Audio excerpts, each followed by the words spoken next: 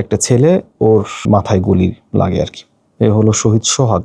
ওখানে আশেপাশে যারা ছিল ওরা প্রথমে ধরেছে, এরপরে আমরা ওকে ধরে অ্যাম্বুলেন্সে উঠাই, ফার্স্ট এইড দিতে শুরু করি, কিন্তু গুলোটা মাথায় লেগেছিল এবং মগজ এটা বের হয়ে চলে আসছিল এবং এটা আমাদের হাতের উপরে এসে এবং গুলে গুলে পড়তেছিল, সাথে হিউজ ব্লিডিং ছিল। তো আমাদের কাছে ব্যান্ডেজ বা ফার্স্ট এইডের তো সবকিছু ছিল, সাথে সাথে আমরা প্রেশার ব্যান্ডেজ দিই এবং তাকে পাশে এএমজেড হসপিটালে নেই।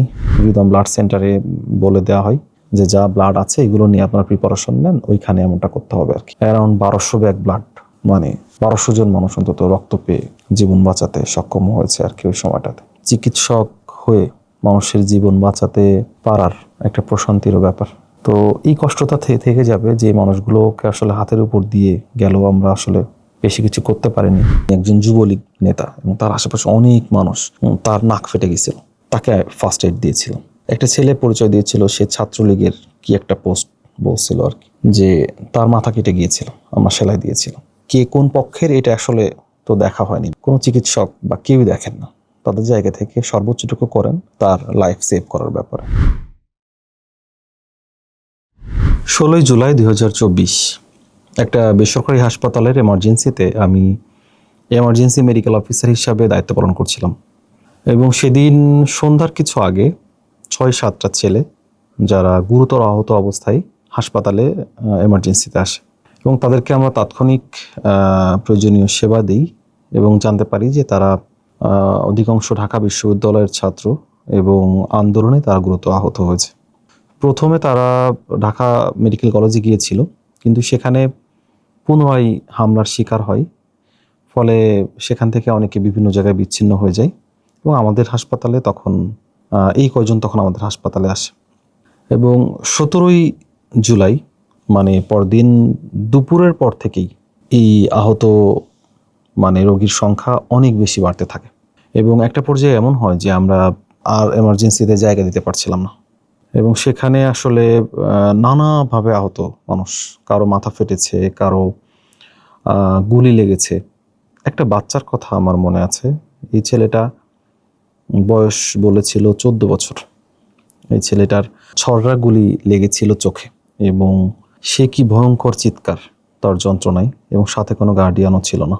কিছু আইনগত জটিলতার ছিল শুনেছিলাম, যার কারণে গুলি লাগা পেশেন্টগুলোকে আসলে সরকারি হাসপাতালেই পাঠাতে হচ্ছিল। তো আমরা প্রাথমিক চিকিৎসা দিয়ে পাঠাচ্ছিলাম, এভাবেই চলছিল। আমরা কয়েকজন আহতের সাথে কথা বলে জানতে পারলাম যে যেই পরিমাণ মানুষ আহত হচ্ছে তার অধিকাংশই হাসপাতালে আসতে পারছে না। এর অনেকগুলো কারণ ছিল। তার একটা হলো যে বিভিন্ন গুরুত্বপূর্ণ হাসপাতালগুলোর সামনে বা আশেপাশে সরকার পক্ষের অনেক মানুষ যারা অবস্থান নিচ্ছিল, ফলে আহত যারা আসতে চাচ্ছিল হাসপাতালে এদেরকে দেখলে আবার পুনরায় হামলা করছিল, পুলিশ গ্রেপ্তার করছিল এবং ট্রান্সপোর্টেরও সংকট ছিল। তো সব মিলিয়ে অনেকেই খুব সাফারার হচ্ছিল যে হাসপাতাল পর্যন্ত যে আসবে এই সুযোগটা পাচ্ছিল না। এবং ওদিনই সন্ধ্যা কিছু পরে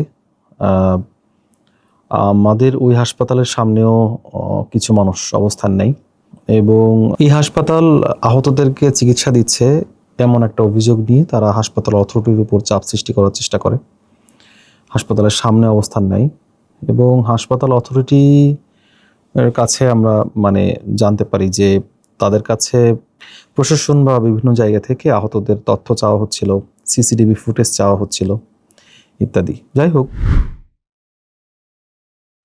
আমরা অনুভব করলাম যে আসলে হাসপাতালে চিকিৎসা দেওয়াটা যেমনি প্রয়োজন,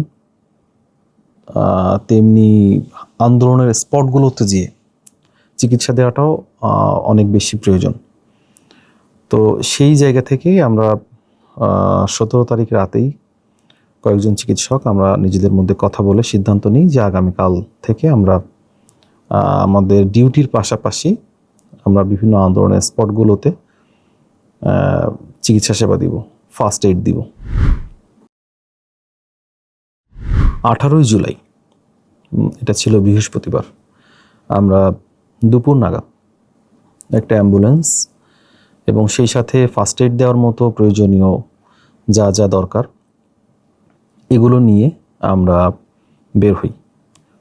আমার সঙ্গে ছিল ওই দিন ডক্টর মিনহাজ এবং ডক্টর জুবায়ের। আমরা 3 জন চিকিৎসক। আমরা প্রথম যাই ঢাকা মেডিকেল কলেজ এবং সেখান থেকে পলাশীর মোড় বুয়েটের সামনে এই জায়গাটাতে মূলত আমরা দেখি যে তুমুল আন্দোলন চলছে এবং ধাওয়া পাল্টা ধাওয়া চলছিল। পুলিশের অবস্থান ছিল পলাশীর মোড়ের এই দিকটাতে, আর আন্দোলনকারীরা ছিল বুয়েটের সামনে ওইখানটাতে। ওখানে যে আমরা অনেককে আহত হিসেবে পাই। তো আমরা অ্যাম্বুলেন্সটা একটা জায়গায় মোটামুটি নিরাপদ জায়গায় দাঁড় করি, আমরা আহতদেরকে সেবা দিতে শুরু করি। এমন অবস্থায় একটা ভয়ঙ্কর ঘটনা ঘটে যায় ওখানে, যে হঠাৎ করে পেছন দিক থেকে পুলিশের একটা সাজোয়া যান মানে ধাওয়া দেয় আন্দোলনকারীদেরকে। ফলে আন্দোলনকারীরা তখন দুই দিকে পুলিশ এবং মাঝখানে পড়ে যায়। তো এই সময়টাতে যেটা হয় যে মানে ম্যাক্সিমাম মানুষ নিরাপদ জায়গায় সরে যাওয়ার জন্যে তাদের আসলে বুয়েটের যেই দেওয়াল এটা টপকে ভেতরে যাওয়া ছাড়া আর উপায় ছিল না। ফলে এইটা করতে যেয়ে ওখানে দেওয়া যে লোহার ধারালো যেই ইয়েগুলো ছিল ওইটার সঙ্গে অনেকে আটকে যায়, বেঁধে যায়, আহত হয়। ফলে ওখানে অনেক মানুষ আহত হয়। আমরা অ্যাম্বুলেন্সের সঙ্গেই ছিলাম, আমরা সরে যাইনি। এবং এই সময়ে মোটামুটি সবাই যেভাবে হোক নিরাপদ দূরত্বে সরে গেলেও একটা ছেলে ছিল, যে ছেলেটা হাতে কয়েকটা ইটের টুকরো নিয়ে ওই পুলিশের সাজোয়ানের সামনে দাঁড়ায় যায়। এই ছেলেটা সরছে না। তার পেছন দিক থেকে মানে পুলিশের টিয়ার শেল বা সাউন্ড গ্রেনেড পড়ছে এবং সামনে তার হচ্ছে সাজোয়াজান।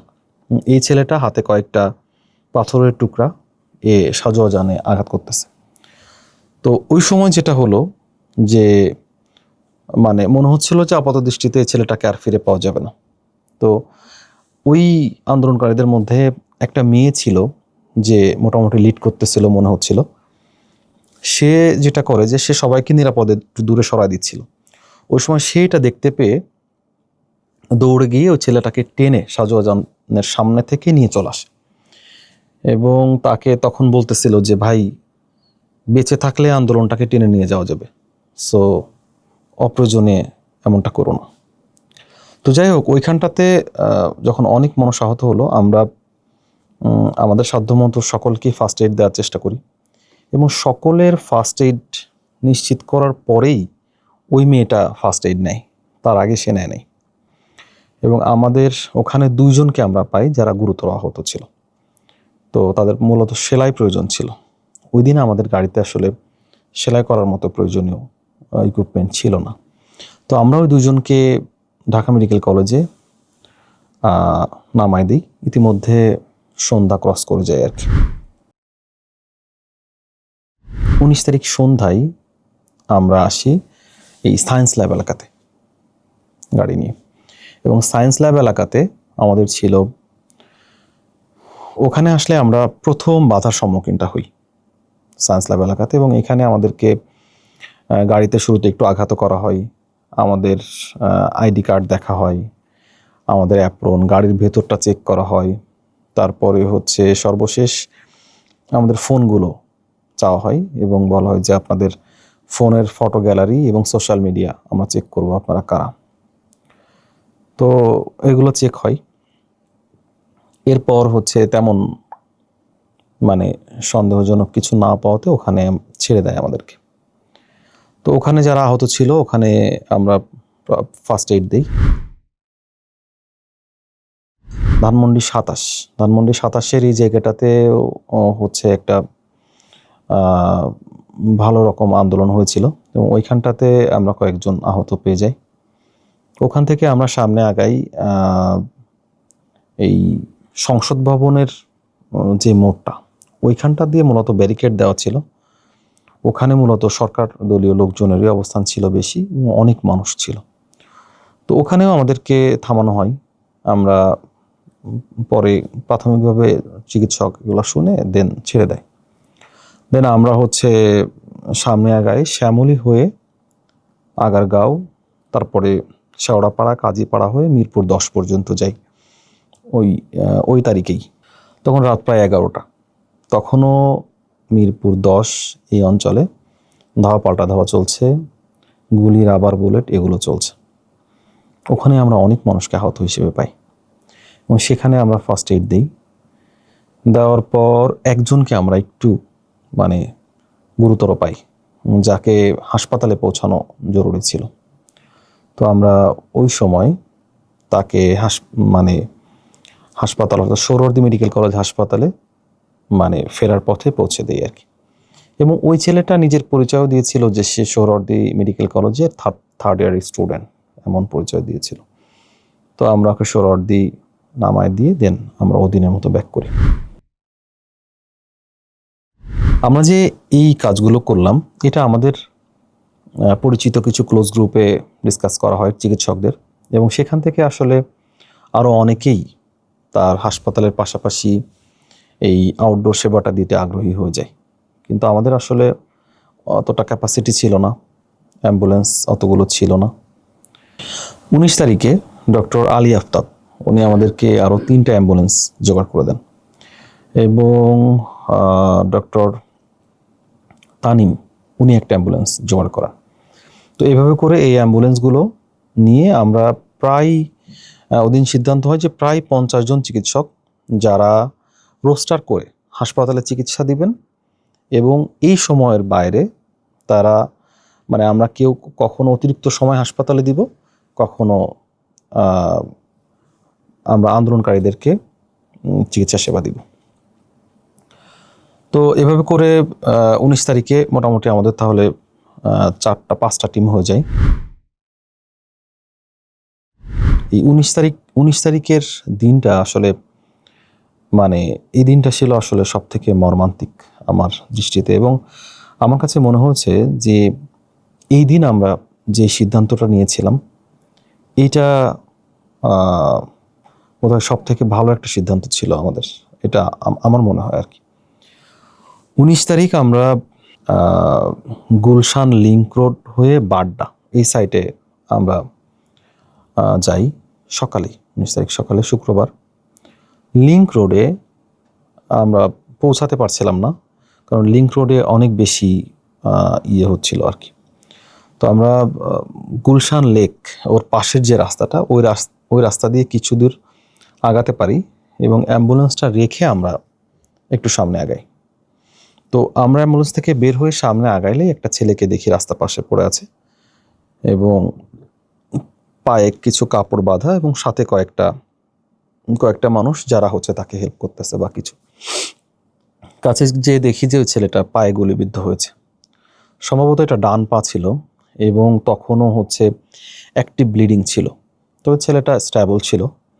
আমরা তাকে ধরাধরি করে গাড়িতে উঠাচ্ছি, এমন সময় একজন এসে বলে যে আপনারা ডক্টর, সামনে একটা বাচ্চা মেয়ে ও গুলি খুয়ে রাস্তায় পড়ে আছে, ওকে একটু আপনারা দেখেন।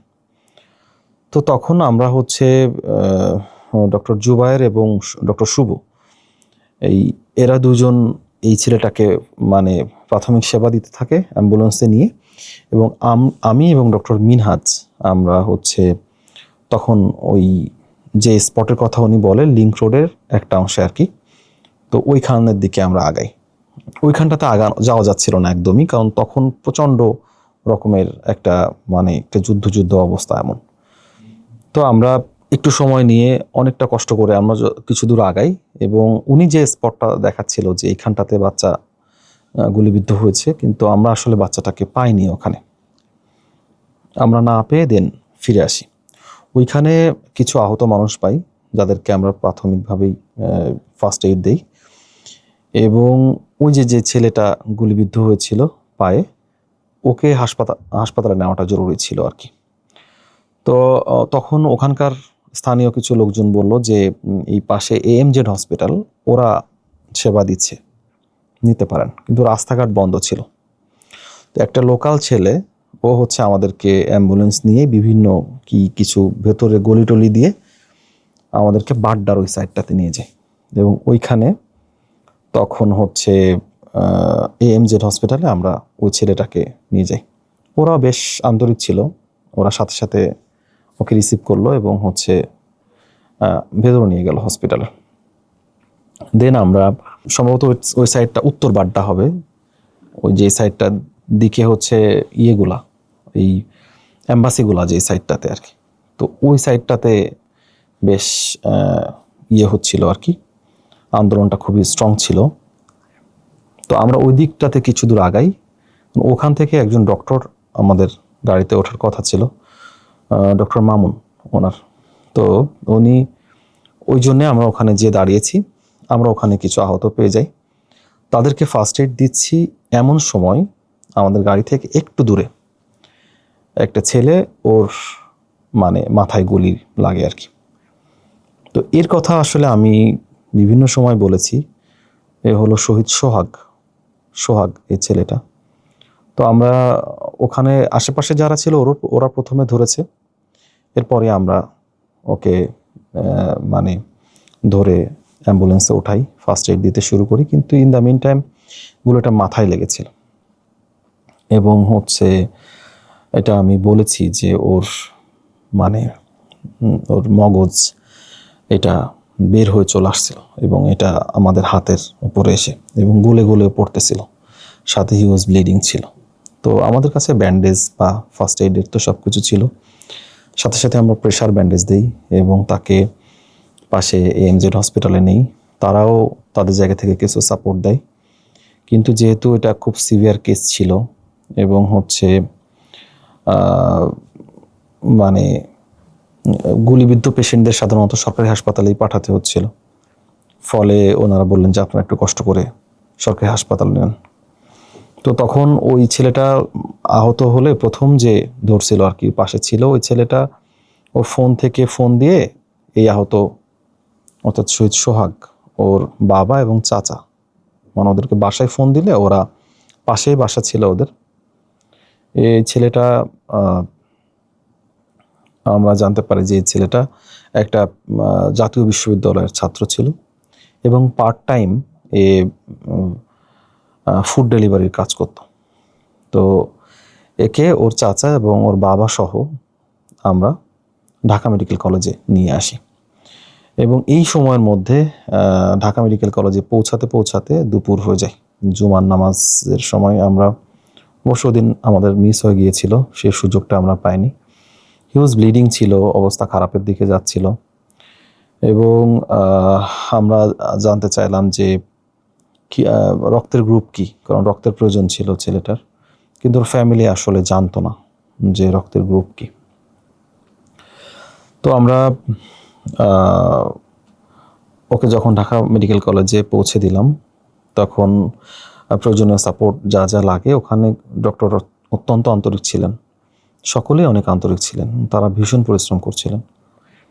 তো আমরা ওনাকে পৌঁছে দিয়ে ওর চিকিৎসা শুরু হয়ে গেল এবং ওর বাবা এবং চাচাকে আমরা সামান্য কিছু হ্যান্ড ক্যাশ দিয়ে, কারণ তাদের কাছে কোনো টাকা ছিল না, প্রয়োজনীয় কিছু কিনে দেওয়ার মতো তাদের ইয়ে ছিল না, তো আমরা তাদের হাতে কিছু হ্যান্ড ক্যাশ দিয়ে দেন আমরা আবার আন্দোলনের স্পটের উদ্দেশ্যে বের হয়ে যাই হাসপাতাল থেকে। ইন দ্য মিন টাইম অনেক বেশি রক্তের প্রয়োজন হচ্ছিল বা রক্ত চেয়ে ফোন দিচ্ছিল, কারণ আমরা দেখছিলাম যে একটা ছেলেকে আনছে, তার গুলি লাগছে, সাথে 3-4 জন তাকে ধরে নিয়ে আসতেছে এবং তার ভীষণ রকমের রক্তপাত হয়ে যাচ্ছে। এই যে অনেক বেশি রক্তপাত হচ্ছে, এই রক্তটা মানে সময় মতো বন্ধ করতে না পারাতেই বেশিরভাগ মৃত্যুগুলো হয়েছে বলে মনে হয় আর কি। তো এইখানে অনেক বেশি রক্তের প্রয়োজন হচ্ছিল। দেন আমরা ভাবলাম যে আমরা আসলে কী করবো, যেহেতু আমরা রক্ত নিয়ে কাজ করি। তো তখন আমরা সিদ্ধান্ত নিই যে যাদের রক্তের প্রয়োজন আপাতত যে আমাদের ল্যাব পর্যন্ত এসে নিয়ে যাবে এই সুযোগটা নেই, কারণ আহতদের অধিকাংশই ছিল তার সাথে কোনো গার্ডিয়ান নেই, অধিকাংশই ছিল যে হয়তো রাস্তা থেকে কেউ একজন নিয়ে আসছে, কোনো গার্ডিয়ান আনে নাই, ফলে এটা খুবই একটা হজবরল অবস্থা, ট্রান্সপোর্টের সমস্যা। ফলে আমাদের ব্লাড সেন্টারে এসে যে মানুষ ব্লাডটা নেবে এই সুযোগটা ছিল না। তো আমরা আমাদের জায়গা থেকে ব্লাডের সাপোর্ট দেওয়ার জন্য আমরা চিন্তা করি যে তাহলে ঢাকা মেডিকেলের সামনেই আমাদেরকে এই ব্যবস্থাটা করতে হবে। তো আমরা প্রক্রিয়া শুরু করি। রিদম ব্লাড সেন্টারে বলে দেওয়া হয় যে যা ব্লাড আছে এগুলো নিয়ে আপনারা প্রিপারেশন নেন, ওইখানে এমনটা করতে হবে আর কি। আমরা দুপুরের পরপরই আবার বের হই এবং শাহবাগের কাছে এখানটাতে আমাদের অ্যাম্বুলেন্সে হামলা করা হয়। তো অ্যাম্বুলেন্সে হামলা হলে ভাঙচুর হয়, আমরা আহত হই এবং সেই অবস্থাতে আমরা যাই বাংলা মোটর হয়ে তারপরে শান্তিনগর এবং কাকরাইল, এই অঞ্চলটাতে তখন মানে অনেক মানুষ আহত ছিল। কাকরাইলে যাওয়ার পর ওখান থেকে যেহেতু আমরা যারা ছিলাম আমরা একটু আহত হয়ে পড়ি এবং বিশেষ করে আমার শার্টে অনেক বেশি রক্তমাখা ছিল। তো এই অবস্থাতে আসলে মানে চেঞ্জ করার দরকার ছিল। তো তখন আমাদের ডক্টর মামুন উনি কাকরাইল থেকে 4 জন বা 5 জন আহত তাদেরকে আবার গাড়িতে উঠায় ঢাকা মেডিকেল কলেজে যান, আর আমরা রিক্সা নিয়ে বাসায় আসি চেঞ্জ করার জন্য আর কি। প্রয়োজনীয় পারমিশন ডক্টর মামুন উনি হচ্ছে ডিরেক্টর স্যারের সাথে কথা বলে প্রয়োজনীয় পারমিশন নেন এবং স্যার বলেন যে অবশ্যই তোমরা, শুধু তোমরা কেন, আরও কেউ যদি আসতে চায় ওয়েলকাম, তোমরা আগে সাপোর্ট দাও। তো তখন রিদম ব্লাড সেন্টার থেকে আমরা আমাদের এক্সিস্টিং যে ব্লাডগুলো ছিল সেইগুলো সাথে নিয়ে এবং প্রয়োজনীয় রক্ত সংগ্রহ করার মতো ইকুইপমেন্ট নিয়ে আমরা ঢাকা মেডিকেল কলেজে চলে যাই। এটা হলো 19 তারিখ সন্ধ্যা থেকে মূলত ওখানে আমরা ব্লাড ডোনেশন মানে ইনস্ট্যান্ট যারা ছিল তাদেরকে আমরা আহ্বান করি যে আপনারা ব্লাড দেন, এবং যারা আহত হয়ে আসতেছিল তাদেরকে আমরা দিচ্ছিলাম।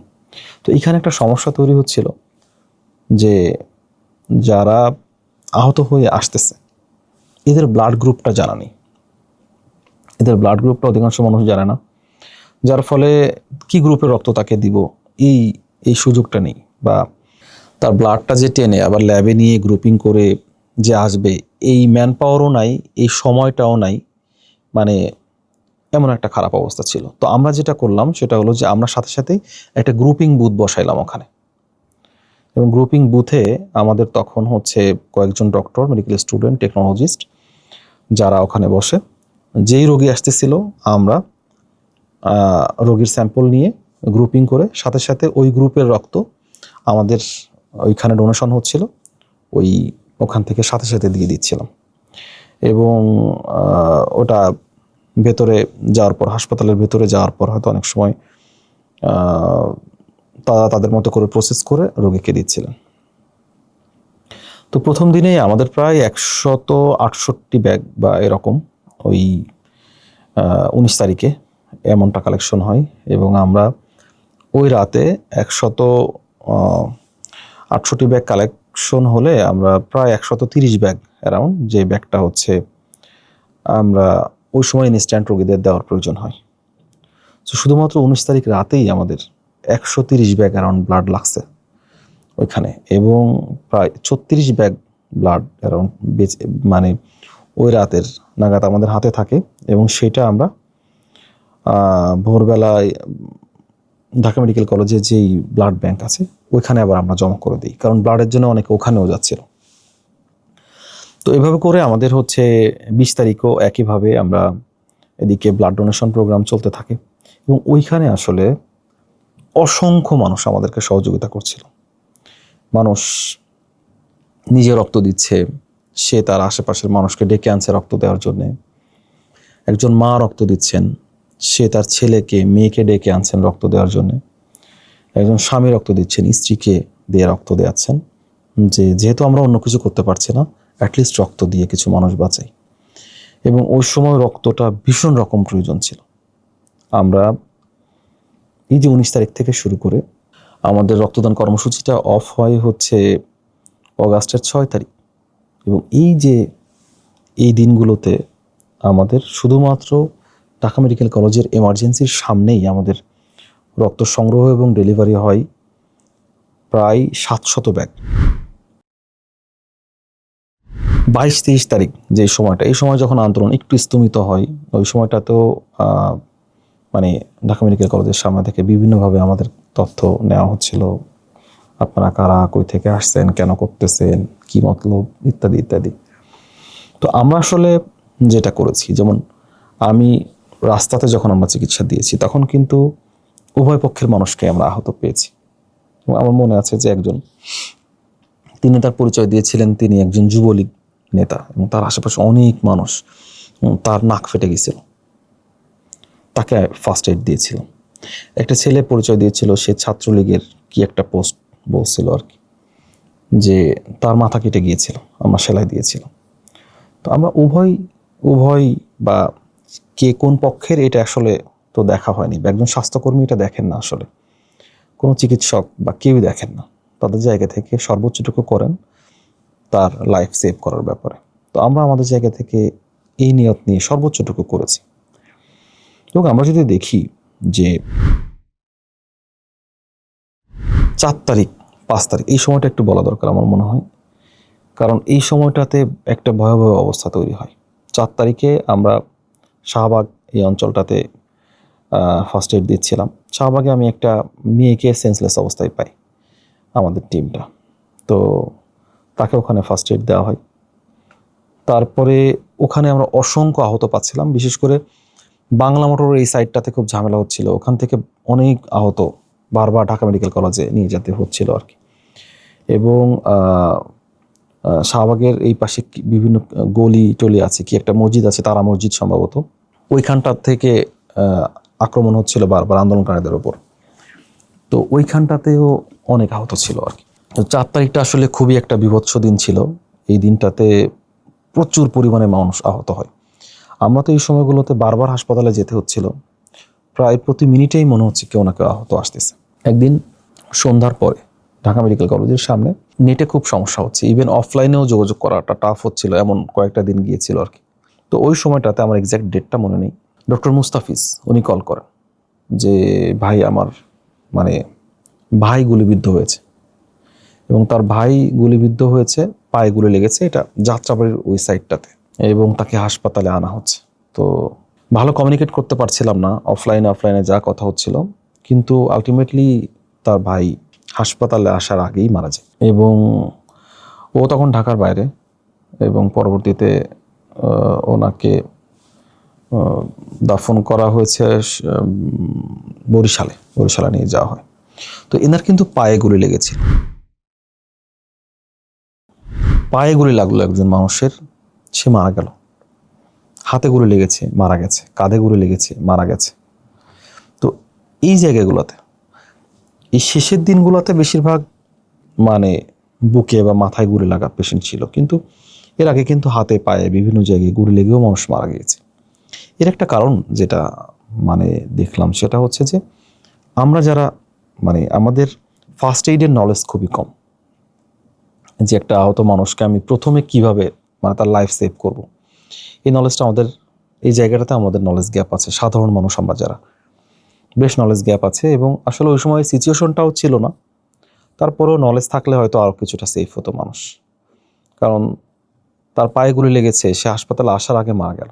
এর কারণ হচ্ছে যে সে ওই স্পটে অনেকক্ষণ পড়েছিল, প্রচুর ব্লিডিং হয়েছে, এরপরে হচ্ছে ওই স্পট থেকে কেউ না কেউ ধরছে, আনছে। তো এই যে মাঝখানে অনেকখানি সময় চলে গেছে, এই সময়ের মধ্যে যদি অন্তত ব্লাডটা বন্ধ করে ফেলা যেত তাহলেও হয়তো মর্টালিটিটা কমে আসতো আর কি।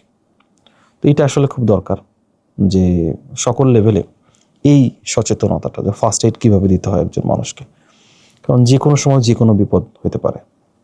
আমাদের জায়গা থেকে আমরা চেষ্টা করছি এটা শেখানোর জন্য। চোখের সামনে মানে গুলিবিদ্ধ থেতলানো মানুষ, যাদেরকে আমরা সেভ করতে পারিনি বা পারছি না। শহীদ সোহাগের চাচার সাথে আমার ওর মৃত্যুর পরে কথা হয়েছিল, কারণ ওই দিন আমরা আর খোঁজ নিতে পারিনি। আন্দোলনের মধ্যেও আসলে আর খোঁজ নেওয়া হয়নি, নাম্বারটা রাখা ছিল। আন্দোলনের পরে যে যখন ফোন দিলাম যে কি অবস্থা, তখন তার চাচা বলে যে না, ও তো ওই দিনই মারা গিয়েছিল আর কি, হাসপাতালে কয়েক ঘন্টা ছিল আর পরে মারা গিয়েছিল আর কি। আর ওর ফ্যামিলি পরবর্তীতে গ্রামে শিফট করে গিয়েছে। তারা, ওর বাবা, ওর মা, ওদের বক্তব্য হচ্ছে যে আমরা আসলে এই শহরে এই রাস্তায় আমার ছেলে এভাবে